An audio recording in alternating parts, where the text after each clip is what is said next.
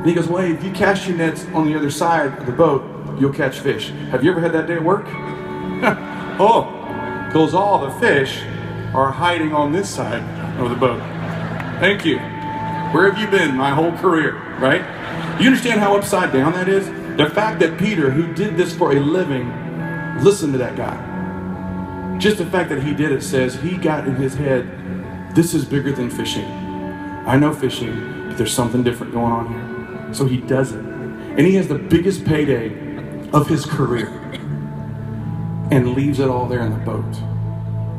It's like Jesus walked up into his world and turned it upside down, and he said, I think I just need to stay with him. So he follows Jesus, and everything that Peter ever thought he knew about life was totally turned over by this Jesus guy. Blind people weren't blind anymore. Deaf people weren't deaf anymore. Dead people weren't dead anymore. He messed up every funeral he ever went to. And then, just to do it, he takes Peter back into a boat, back out onto the water, and lets him walk around on top of that water that used to decide his fate every day. That had to be crazy. But then, when Jesus needed Peter, what do we also know about Peter? Peter denied Jesus. He denied that he even knew him. He denied he even knew who he was 3 times in one night at Jesus' lowest point. And it said in one of the Gospels that Jesus was being led from one building to another at night so they could try him really quick because they knew they were doing the wrong thing. So they're zipping him through town really fast. And in one of the streets, Jesus and Peter locked eyes after that 3rd time he denied him. John 21. Jesus has risen from the dead, just like he said he would. He's letting them touch the holes in his hands. They're seeing a hole in his side.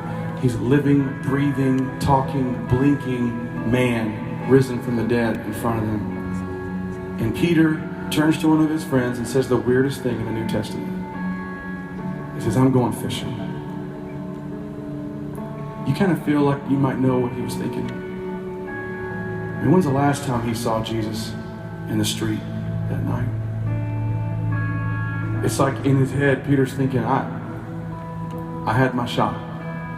I tried Jesus. I did the thing. I gave it all I had.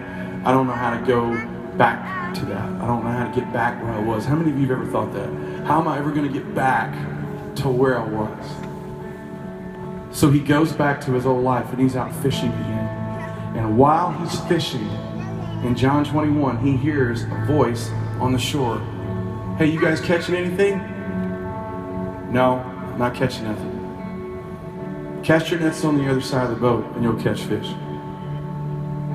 And he does it. And the nets are so full of fish they can't get in the boat. He's so far away in his head, and we know how this feels. So far away in his head, his friend has to turn to him and say, Peter, that's the Lord. Some of you need to be that friend to somebody right now. Peter looks up and realizes it's like he gets it all of a sudden. All the lights come on. He jumps in the water and swims a football field distance to get back to Jesus. What is Jesus doing on the beach when Peter gets there?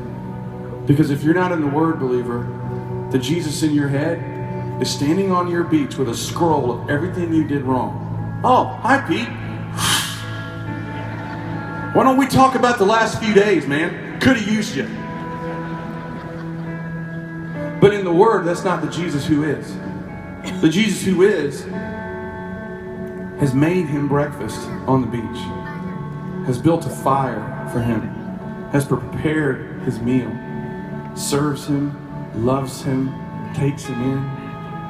The fact that Jesus let him catch those fish again, please hear John 21. Jesus is saying to Peter, man, I love you so much. We will do all this over again if we have to. We'll start all over. We'll walk through every bit of it. I didn't love you because of what you did for me. I'm not going to stop loving you because of what you don't do. I love you because I am love. Your past was then, but this is now.